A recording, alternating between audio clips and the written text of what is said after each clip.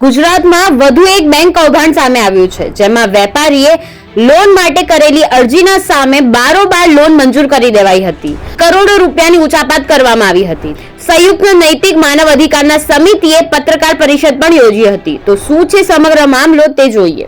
Mehsana urban cooperative બેંકમાં 4 કરોડથી વધારેનું કૌભાંડ થયું હોવાનો ખુલાસો થયો છે. આ આરોપ સંયુક્ત નૈતિક માનવ અધિકાર સમિતિએ લગાવ્યો છે. આ કૌભાંડ વિજય નાવડિયા નામના વ્યક્તિ સાથે થયું હોવાનું સામે આવ્યું છે.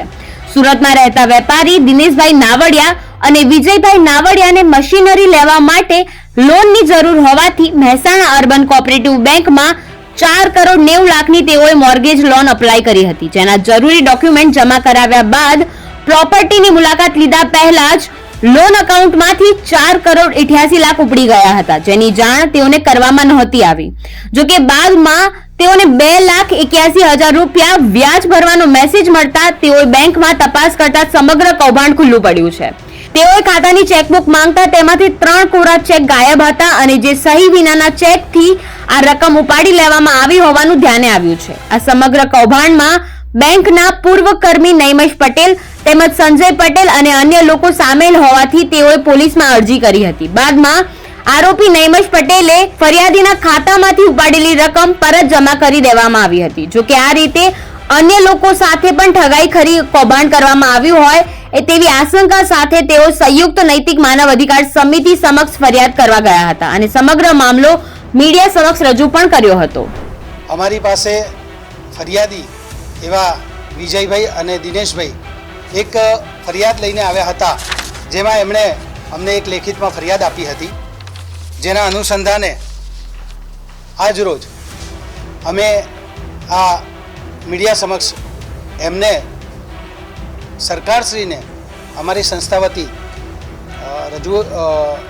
રજૂઆત કરીએ છીએ કે જે આ ફરિયાદીઓ છે, જે ફરિયાદ લઈને આવ્યા છે, તેમને જે એમની સાથે જે ઘટના ઘટી છે તેમનો એમને ઉચ્ચ ન્યાય મળે. સરકાર દ્વારા જ્યારે પણ એ અમારી પાસે આવેલા દિનેશભાઈ અને વિજયભાઈની જ્યારે તપાસમાં ક્યાંય પણ જરૂર પડશે તો તેઓ તે તપાસ માટે સંપૂર્ણ રીતે તૈયાર છે. તમામ જગ્યાએ તેઓ હાજર રહેશે અને જો લાઈવ ડિટેક્ટર ટેસ્ટની પણ જો તેમની જરૂર પડશે તો પણ, અને તેઓ તેમના મોબાઈલ પણ તેઓ જમા કરાવશે એવી એમણે બાંયધરી આપેલી છે. મહેસાણા અર્બન કોઓપરેટિવ બેંક દ્વારા 4 કરોડ 90 લાખનું, ફરીથી અંડરલાઈન કરું છું, 4 કરોડ 90 લાખનું એમની જોડે કૌભાંડ આચરવામાં આવ્યું છે. આ કૌભાંડ જે છે એમાં એમણે લોન માટે એપ્લાય કર્યું હતું, પરંતુ એ એપ્લાય કર્યા પછી કોઈ પણ જાતના એમના મોર્ગેજ જે પેપર છે એ લેવામાં નથી આવ્યા અને એમની લોન પાસ કરી દેવામાં આવી. અને મળતિયાઓએ જે લોન પાસ કરી એમાં સહી વિનાના એમના ચેકથી જે દિવસે લોન પાસ થઈ એના આગલા દિવસોની અંદર કરોડો રૂપિયા બેંકની અંદરથી ઉપાડી લેવામાં આવ્યા.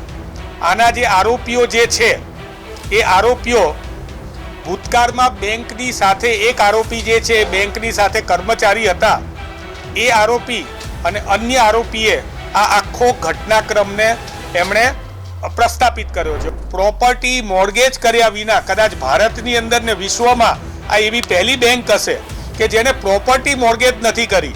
લોન સેન્કશનનો લેટર જે દિવસે 15મી તારીખે કોઈ પણ જાતનું એમની જોડે પ્રોપર્ટીના ડોક્યુમેન્ટ લીધા સિવાય લોન સેન્કશન લેટરમાં સાઇન થઈ જાય છે અને એની પહેલાના દિવસોમાં 4 કરોડ 90 લાખ રૂપિયા ઉપડી જાય છે. આ ભાઈને આ બાબતના કોઈ જ જાણકારી હતી નથી. આરોપી નૈમેશ હરિભાઈ પટેલ મોઢેરાવાળા જે ઉપરોક્ત બેંકની અંદર કર્મચારી હતા અને બેંકમાંથી ખોટી રીતે પાસ થયેલા ચેક લઈને ફરિયાદી પાસે સુરતમાં એ જ ચેક બેંકમાંથી લઈને આવ્યા. એમની જોડે 17/6 બેંકમાં ક્લિયરિંગ વાળા ચેકો, તમે વિચાર કરો, એ લઈને આવ્યા અને એમને દબાણ કરે કે ભાઈ તમે આની અંદર સાઇન કરી દો. આમની જોડે એ પણ રેકોર્ડિંગ છે. 20/6 એમની જોડે ચેકો ઉપર સાઇન લેવામાં આવી. જે ચેક ઉપર સાઇન લેવામાં આવી એમની જોડે રેકોર્ડિંગ છે, એમાં બેંકનો ઓલરેડી પહેલેથી સિક્કો વાગેલો છે. એ ચેકો ઉપર એમની જોડે સાઇન લેવામાં આવી. એમને આ બધા ફ્રોડને એવું લાગ્યું કે આ ફ્રોડ જે છે એ બહુ મોટું છે. આવા તો બેંકના એમના અધિકારીઓ કોઈકે નામ ન દેવાની શરતે કીધું કે આવી તો અસંખ્ય લોનો, કરોડો રૂપિયાની લોનો આ બેંકોમાંથી આવી રીતે લેવાઈ ગઈ છે. એટલે એમણે 9/7 વરાછા પોલીસ સ્ટેશનનો સંપર્ક કરી અને સમગ્ર બેંકના ચેરમેનથી માંડીને બોર્ડ ઓફ ડિરેક્ટર્સ સહિત દરેકની સામે પોલીસ ફરિયાદ એમણે કરી.